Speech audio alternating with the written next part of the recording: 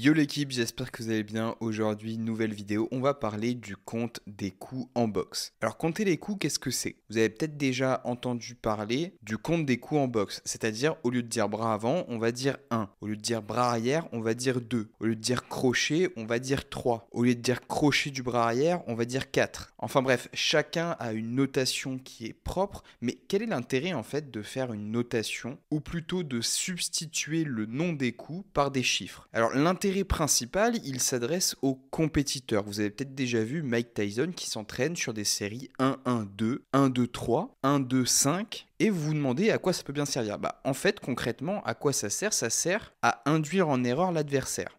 Parce que quand on est sur le ring, quand vous montez sur le ring et que vous commencez à dire à votre boxeur fais gauche, droite, crochet gauche, le boxeur adverse, qu'est-ce qu'il va faire? Il va se dire ok, je sais exactement à quoi m'attendre. Par contre, si vous dites 1-1-5, là c'est tout de suite beaucoup plus compliqué parce que déjà, si lui n'a pas l'habitude de s'entraîner avec des chiffres, il n'y comprend rien. Et quand bien même il a l'habitude de s'entraîner avec des chiffres, peut-être que votre manière de chiffrer les coups n'est pas la même que celle qu'il utilise lui. Et dans tous les cas, c'est beaucoup moins intuitif. Donc concrètement, ça sert à éviter que l'adversaire prenne connaissance de la stratégie que vous allez adapter dans le combat. Parce que la stratégie, c'est pas uniquement dans le coin.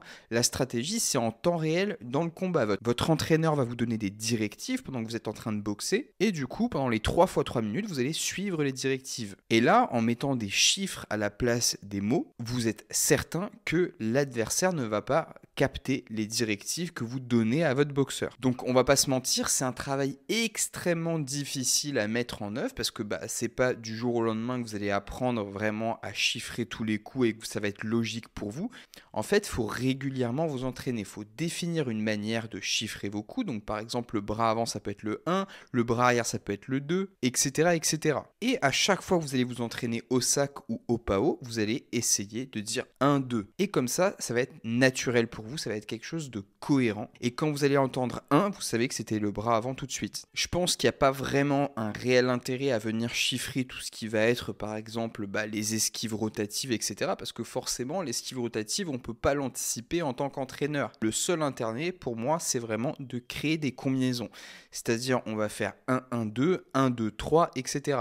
Et ces combinaisons-là, en les répétant, forcément, le boxeur va les ressortir le jour J beaucoup plus facilement. Et ça va être très simple pour lui. En entendant 1, 2, 3, il sait exactement à quelle combinaison vous faites référence. Deuxième point très important quand vous notez vos coups, c'est que vous pouvez conserver des combinaisons. C'est beaucoup plus facile de conserver des combinaisons et de les écrire sur un cahier et de les refaire après au shadow ou au PAO ou au sac en écrivant des suites de chiffres. C'est très très simple et vous pouvez venir les classer. Une des problématiques majeures qu'on a en coaching, c'est que on fait beaucoup de choses. Une des problématiques majeures quand on fait du coaching, c'est que par exemple on va faire des enchaînements, mais que après la séance ou à la prochaine séance, il s'en rappelle déjà plus. Donc l'idéal, c'est de se tenir un petit carnet de notes avec des combinaisons déjà préfaites et idéalement en les scindant, c'est-à-dire je vais mettre les plus simples d'un côté et les plus techniques de l'autre. On va dire que les plus simples, ça va être celles que je vais être le plus à même d'utiliser parce que en boxe, évidemment, on va rarement faire des séries, des enchaînements de 8 coups, mais je vais aussi avoir des séries un peu plus longues. Sur les séries un peu plus longues, ça va me permettre de travailler l'intégralité de ma boxe. Donc par exemple, dans une série de 8 coups,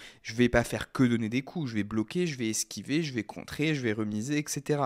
Et ça va me permettre de travailler un petit peu tout ce qu'on fait en boxe. C'est pas forcément une combinaison que je vais ressortir en sparring ou en combat, mais par contre, c'est une combinaison qui va me permettre de travailler la majeure partie de ma palette de coups et surtout de continuer à enchaîner dans un enchaînement qui est très très long et je peux vous garantir que c'est extrêmement fatigant. Il faut avoir les épaules très endurantes. Donc voilà, si vous êtes compétiteur, je vous invite fortement à travailler de cette manière et à intégrer une espèce de travail de compte. C'est hyper intéressant et je peux vous garantir que si vous mettez ça en place avec votre entraîneur, en compétition, ça va forcément payer. Le nombre de fois où sur le ring, j'entendais le coach adverse qui disait « mets-lui un crochet gauche ». Oui, c'est un peu grillé. Maintenant, je sais que le crochet gauche, il arrive, donc je vais l'esquiver et je vais peut-être même le contrer.